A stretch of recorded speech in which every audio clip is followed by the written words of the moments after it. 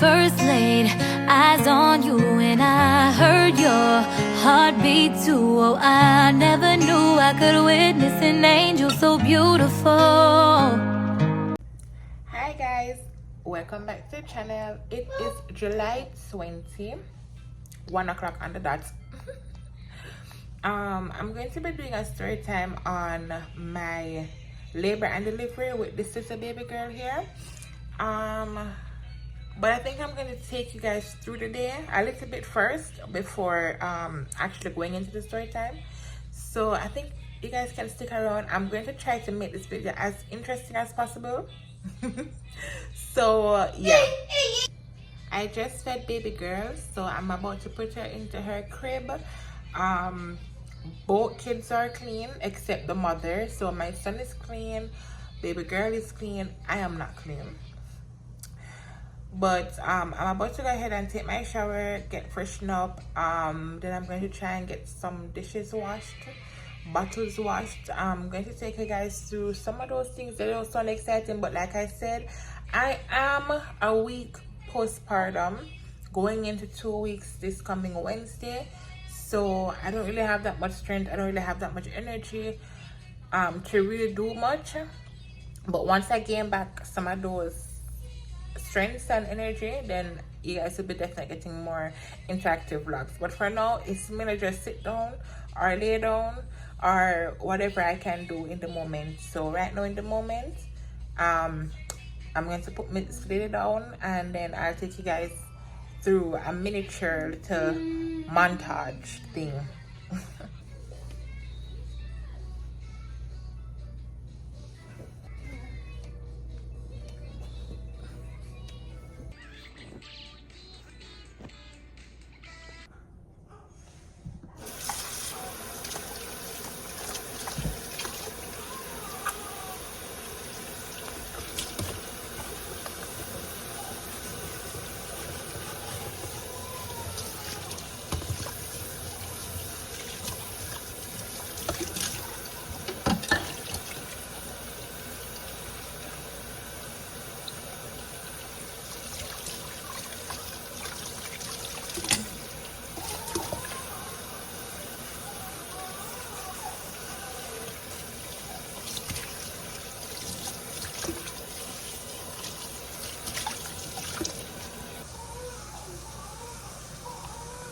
Oh, no.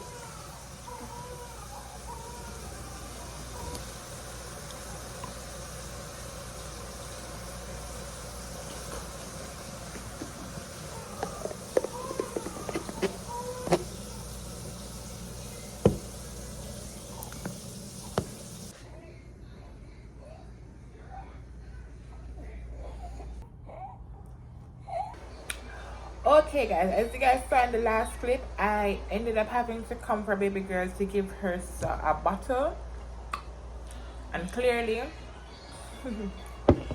she hasn't drank much of it. However, I guess she just wanted mommy at the time, so yeah. I ended up putting her back after she calmed down. I put her back, and then I went to go take my shower and get myself fresh enough. So I feel a little bit much better, and now we can get into the labor and delivery story time. Okay, so excuse the background noise if you guys hear sirens, if you guys hear my son, excuse it for a bit. So she will be in this video. I'm not sure if for the whole video or just for here, but for now she'll be here because she's up.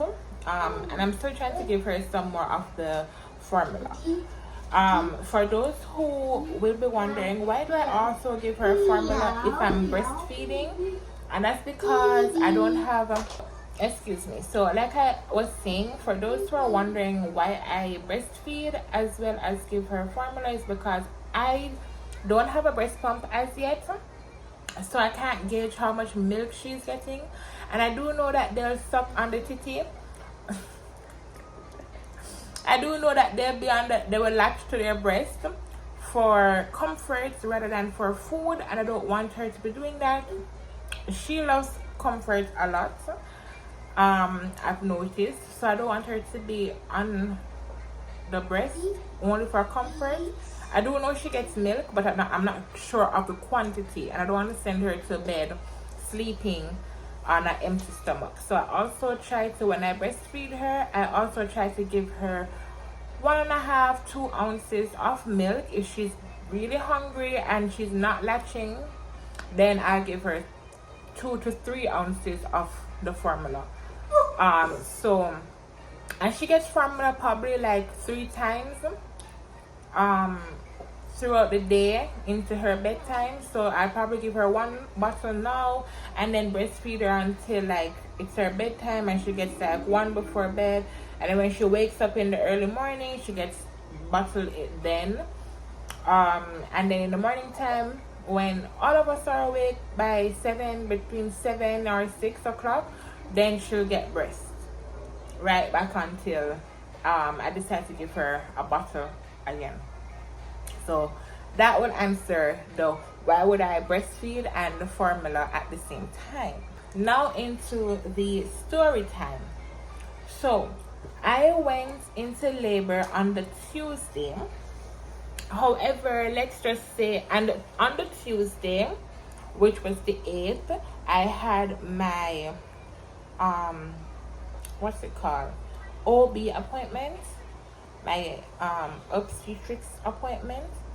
So I went there. I did a swab, you know, that vaginal and anal swab. I did that swab, and then I came home. Mind you, I had been cramping, but it was like very light, very light, nothing serious. I had told my OB wasn't in office. It was her filling that was in that day. So I told the filling what was happening with me. I was seeing stuff in the sky, like I was seeing like it was say blinky. I was seeing stuff and I thought I was seeing things, but also I knew that it was also linked to preeclampsia. So you know, when you see like stuff flying around, but then when you look, it's not really there. There's nothing there. They almost look like they would want to seem to be fruit flies, but there weren't any fruit flies there. So I told my OB what was happening, and she had recommended me to go to the emergency room that day. And I said to her, sure, I'll go in, but I won't go in right now. It's going to more likely be later in the evening into the night when my husband is home. I said, okay, you know. Throughout the day though, I started to cramp. I wasn't feeling good. Kill? Kill? Good. Okay, leave it.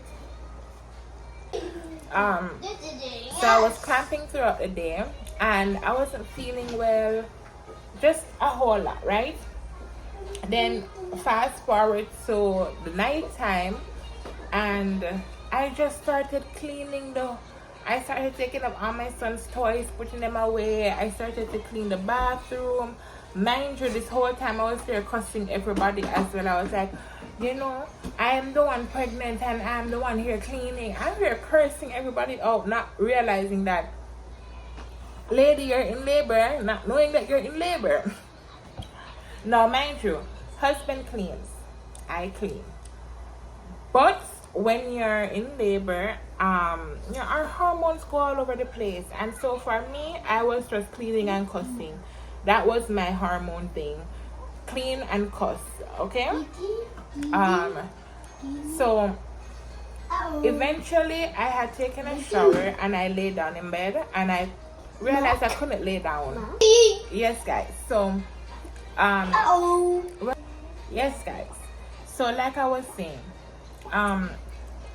I took my shower and I laid in bed, and I realized I couldn't lay in bed. Very similar to what happened with my son. I had taken a shower, I went to bed, I realized I couldn't sleep, and I went and pooed. Same thing with her. I took a shower, went to bed, realized I couldn't sleep, and I went and pooed. So I ended up saying, you know what, I need to probably go to the hospital. And in doing that dilemma, I realized that my cramps started to get really unbearable. They kept on coming and going, kept on coming and going, and I was like, oh my god, no, no, no, no, no, no. So I ended up husband had to stay home with with our son so that I could go, right? So we ended up booking an Uber for me to go to the hospital. Now, people, I've never experienced this with my son because I never had the chance to. So while I was in the Uber, guys, my water ended up breaking. And I told the Uber guy what happened. He was so sweet about it. He was very gentlemanly about it. He said, it's okay. He just kept me really calm. At first I thought it was the head of my baby coming because that's what it felt like. It felt like something was coming out, and I didn't know what it was until I realized there was water. Now, I think I watched too much shows on this. I started to get scared and worried. I was like, oh my god, am I gonna have the baby in the car? That's all the thoughts that were going through my head. Am I gonna have this baby in the car? So I kept on saying to him, can you just drive a little bit faster, please, and put your four-way on and drive a little bit faster, is what I was saying to him, right? Oh, excuse me. Is what I was saying to him. I was like, can you drive a little faster? Let's put your four-way on. And he did exactly that. Because I said to him, if anything and the cops stop you for driving fast, you can tell them that she's in labor. That's why you have your four-way on, you know, and going a little bit fast. But thank God no cops stopped us. I went to the hospital. He called the security. I got the what's it called, the wheelchair, and they rolled me straight to labor and delivery. They checked me in.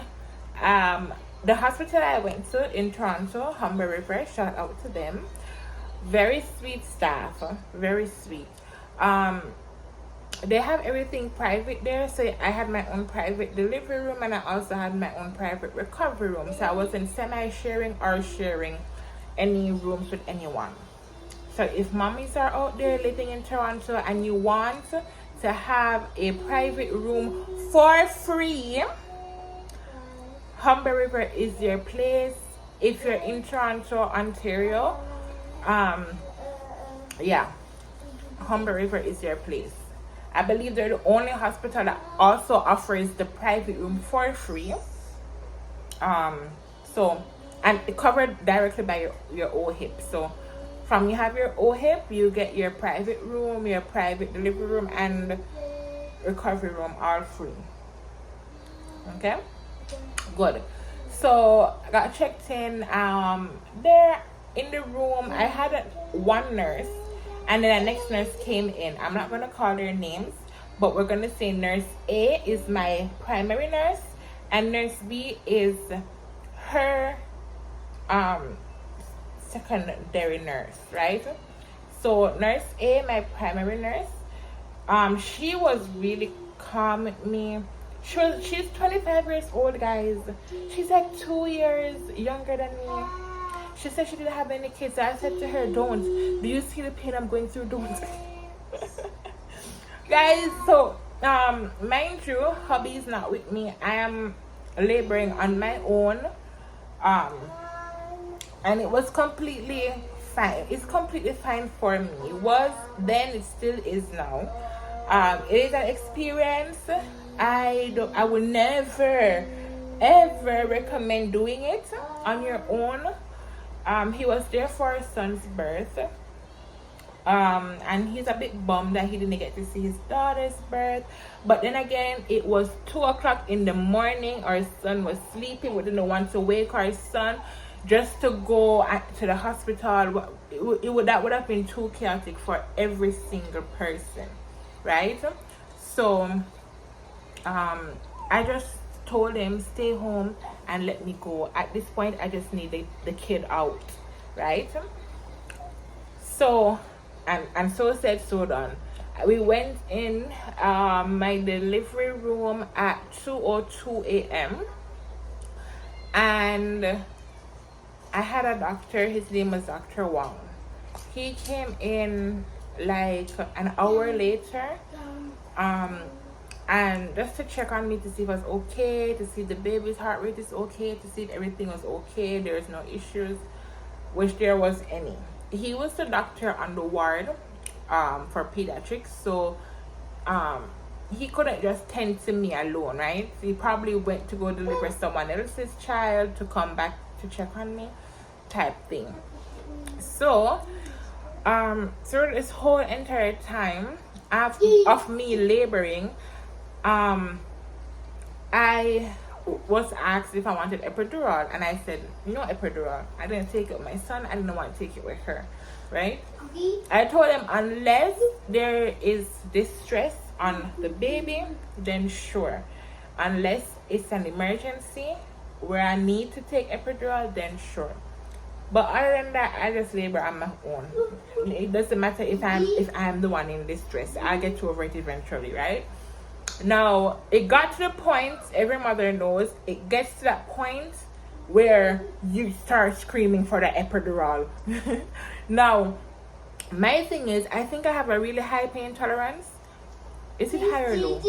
No, I have a high pain tolerance because I started crying out for epidural when I was 8 to 9 centimeters dilated. That's when I started saying I need it, right? That's when the pain started to, yeah, that's when the pain really got to me. And then she said to me, try gas mask first. So I said, okay, sure. She gave me the gas mask. Guys, I will never, if you've never done drugs, or if you've never been on any anesthetics, do not take this gas mask because I didn't know what I was going in for, okay? She gave me this gas mask. I've never done drugs a day in my life. I've never been under any type of anesthesia a day in my life. The most I've done is some pills that made me drowsy, and I've eaten edibles by accident, and that's a story for another day. And that's it, okay? She gave me the gas mask, and I started inhaling it, you know, doing what I was supposed to do. I was hoping that it would take the pain away. It did not.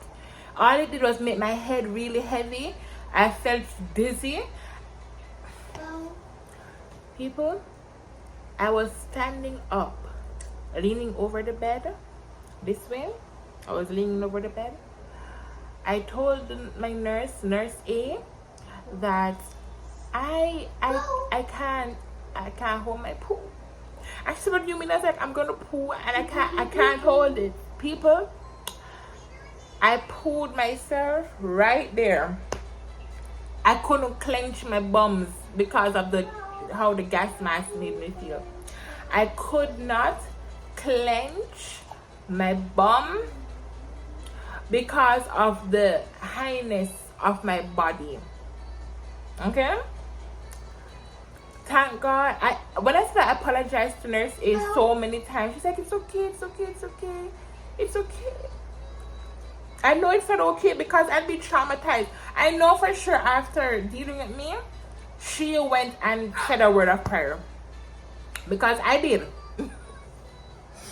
But anywho,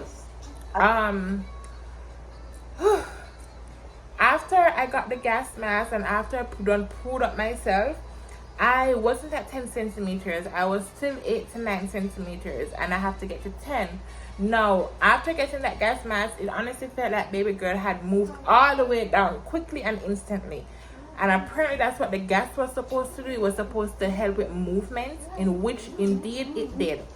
Now, when it got to the point where I started yelling, I said, okay, Nurse A, I have to push.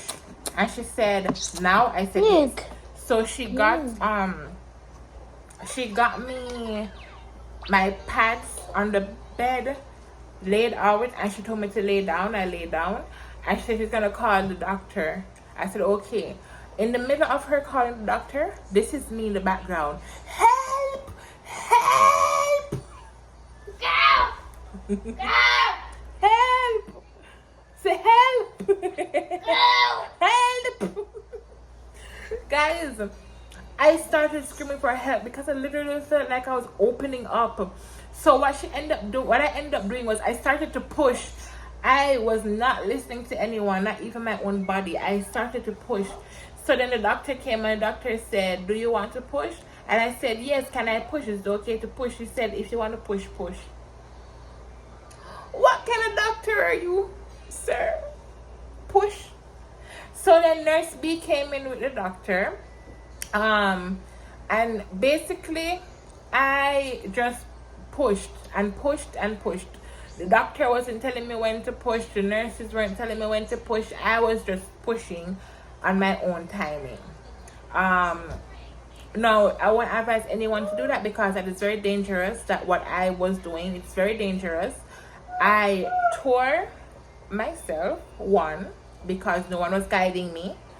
Two, I felt every single thing. I felt when my baby's head came out. I felt her shoulders come out. I felt when her stomach passed, and I felt when her legs came out.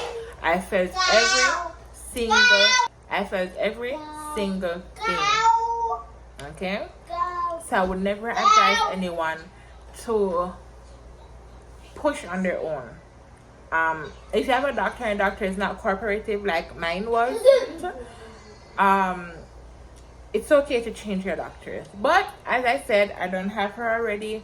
She's done here already. So what to do more than just move on from there, correct? Correct. Now, and again, it's not just the tearing that's there. I could have died, I could have popped a vessel, I could have done so many things from pushing on my own by not getting guidance, and I wanted to call and report that doctor so badly. I still want to, but I have been told by my dear lovely husband that you don't want to mess with medical professions, and I said, you know what, it's true. So I left it right there. I'm alive, I'm well, I'm not DEAD, but yeah, that's just a warning to you guys. If you have a doctor and the doctor is not helping you, nurses aren't really helping you other than just stand there and hold your hand or whatever, yeah. And it was a bit scary for me because my hubby wasn't there. It was just me. But I felt relief when baby was out. She was crying, she was doing everything that she was supposed to do. I didn't have to hold her back. And she just came out with ease. Like by 5:48, she was out, and I started to push at around 5:30 something. It was very short, very quick. The laboring was from 2:02 to 5:48, and baby girl was born. It wasn't that long for me. That's fairly quick for most women. But yeah, you know, I did eat before I went to the hospital. I ate at home. But yeah, guys, that's my labor and delivery story. That one was really wild for me. It was really scary. Would I do it again? Like I said, I would do it again for only these two kids, but not for another kid. I don't intend on having any more kids, at least for the next few years. 10 years maybe. I really don't feel like having a next child right now. I already have my pair, my girl and my boy. So I really don't need to be going back. Unless I must win the lotto, and the lotto must be like $100 and something million. Then maybe I'll consider it.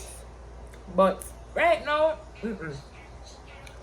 I'm happy that baby girl is here. Oh, I'm so happy that she's here. She's here. I have my body back to myself. I am healing. And yeah. that's where the story time ends, guys. My next video, I'm not sure what it's going to be about, but I will most definitely be uploading quite more often. You guys will be getting a lot more of family, mommy and kids time. You guys probably won't see hubby for a while because he's not a camera person, but I'll try to get shots of him here and there with his consent, of course. But yeah, guys, I hope you guys enjoyed the story time. I hope I was thorough enough. If I wasn't, let me know. I'm coming back into my groove, so forgive me if I'm blabbing. But yeah, guys, I'll see you guys in the next video. Bye.